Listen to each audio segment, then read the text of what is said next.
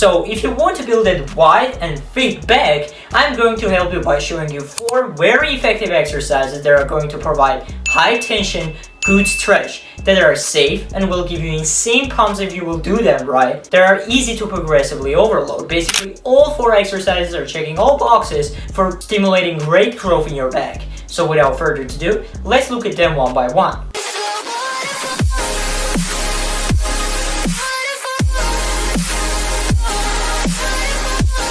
And first very effective exercise for targeting the entire back is a lat pull down. Lat pull down, depending on how you are doing it, is going to target your lats, teres major, mid traps, and rear delts. The more upright you will stay throughout the rep, the more you are going to isolate your lats, and more you will lean back when pulling, you are going to target your upper back. Lat pull down gives you a really good stretch at the top. It has really smooth feel to it, and you can overload it by always adding reps or weight or improve technique every workout. So it checks all boxes, but how you are doing this exercise is very important for getting the most out of it. I will give you some important cues that are going to take your lat pull downs to the next level. First, in terms of the grip, you have 3 options. You can go really wide, slightly wider than shoulder width, so medium grip, and you can go neutral close grip.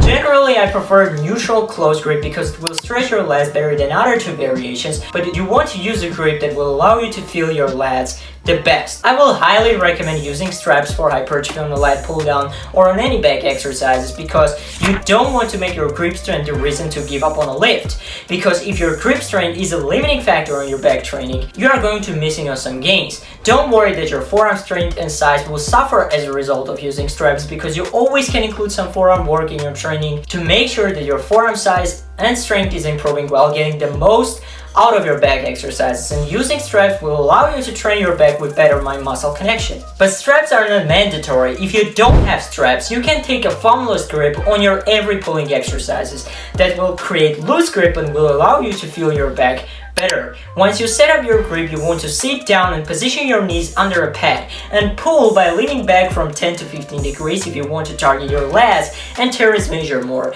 If you want to hit your upper back more, you want to lean back a bit more but not too much. You want to think when pulling that you are pulling with your elbows instead of your hands. Your hands are just contact point with the bar. When pulling, you want to make your chest first, retract your scapula, and pull by getting the bar all the way down to your chest. You want to control that eccentric. Don't let the weight to free fall. Generally, you want to have from 2 to 4 seconds of controlled eccentric. I will recommend to milk that negative and do 3 seconds of controlled eccentric because eccentric is more muscle growth promoting than the concentric, and your muscles are twice stronger on the eccentric. That's why you want to have some control on that negative. At the top, you want to be ideally completely vertical and go all the way up and feel that deep stretch on the lat. Ideally, you want to hold that stretch position to increase time under tension in the stretch aspect of the rep, which will give you better gains. You want to do your reps with controlled tempo and good technique instead of trying to reach certain amount of reps while allowing yourself to swing, use a lot of momentum and cheating. That's not going to direct all the tension to the muscle that you are trying to target, and it is increasing your risk of getting an injury. The last important cue on the lat pull down exercise is that once you can't lower the bar all the way down to your chest, don't stop your set there. Do some partials, but from the stretch position of the exercise. They are called long length partials when you are doing half reps from the stretch position of the rep. And now there are at least 5 studies that are showing that long length partials are more effective than short length partials and even more effective than full range of motion in some cases for muscle growth. Once you can lower the bar all the way down to your chest, your lats still can do 5 or 6 partial reps that will give insane stimulus to your lats from that one set followed with partials. You still want to treat your partial reps like you would your normal full range of motion reps, under control and getting the bar all the way up and feeling a deep stretch in the lats. Common mistake on the lat pull down is using a lot of weight and momentum for muscle growth. And again, I'm talking about muscle growth, not strength. You want to use moderate weight with what you can do from 10 to 12, maybe 15 reps with good form and controlled tempo. Second great exercise for isolating your lats is a cable lat pull around. This exercise is an improved version of a half kneeling one arm lat pull down because it will give insane stretch to your lats when you will position your torso forward and pull the cable across your body. This exercise has amazing feel to it because of the stretch. It is easy to progressively overload, and because it is an isolation exercise, you can't use your ego and lift gazillion pounds on this. You want to position your torso forward and pull the cable across your body, and there is no reason to pull all the way back for extra lat contraction, because with this exercise you want to focus on the deep stretch.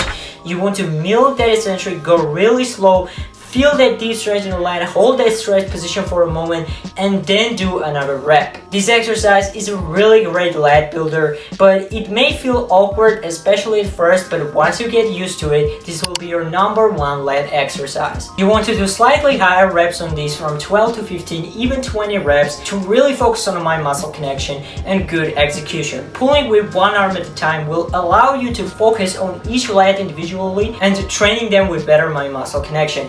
If you are not doing one arm cable lat pull around, definitely give it a try. You will get a crazy pump on your lats, which is very good if you're after hypertrophy. And third amazing exercise for the back is a one arm cable row. This is a horizontal pulling exercise that is going to target your lats, rear delts, even your mid traps. With traditional close grip cable row, you will stop at about your stomach, whereas doing it one arm at a time will allow you to go even further back and get better peak contraction on the lats. Here you want to pull the cable by driving your elbow down and back, and when you let go the cable, you want of course to control that eccentric. You want to milk that eccentric and go forward with the cable to get even better stretch on the back. Hold that stretch position for a moment and then do another rep. Again, you don't want to use a lot of weight on this. You want to choose weight with which you can do from 10 to 12 reps with perfect form. So now there is no specific rep range that build muscle better than other. Reps as low as 2 and 1 build muscle as effectively as 20 to 30 reps do, and 3 sets of 10 is equally effective as 7 sets of 3 for muscle growth if you go close to failure. However, 8 to 12 rep zone for muscle growth is practical, because doing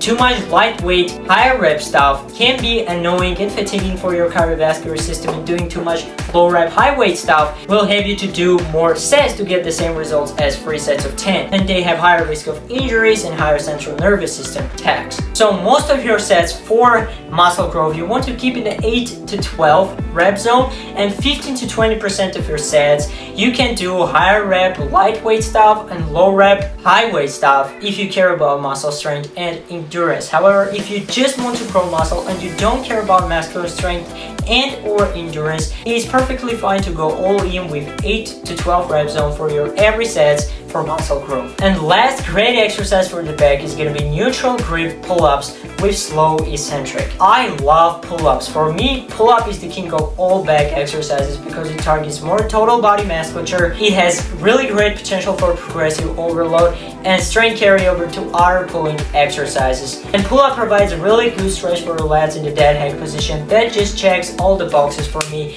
But pull-ups are challenging for most people, especially for the beginners. If that's your case, I will highly recommend to use assisted pull-up machine with the goal of gradually reducing assistance of the machine, building up the strength for the bodyweight pull-ups, and then weighted pull-ups. Neutral grip pull-ups are going to stretch your lats really good. You want to pull by getting your chin all the way up, making your chest first, and control and milk that eccentric, go all the way down to that dead hang position. Hold that deep stretch and do it again. There is no significant difference in lat activation between pull-ups and lat pull-downs, as the study from Doman College shows, but pull-up activates biceps and spinal erectors more. Before adding any additional resistance to the pull-up, you want to master the technique with your body weight first for full range of motion and being able to do at least 10 reps on the pull-ups with controlled form, and then adding any weight. And here is the tempo on the neutral grip pull-ups.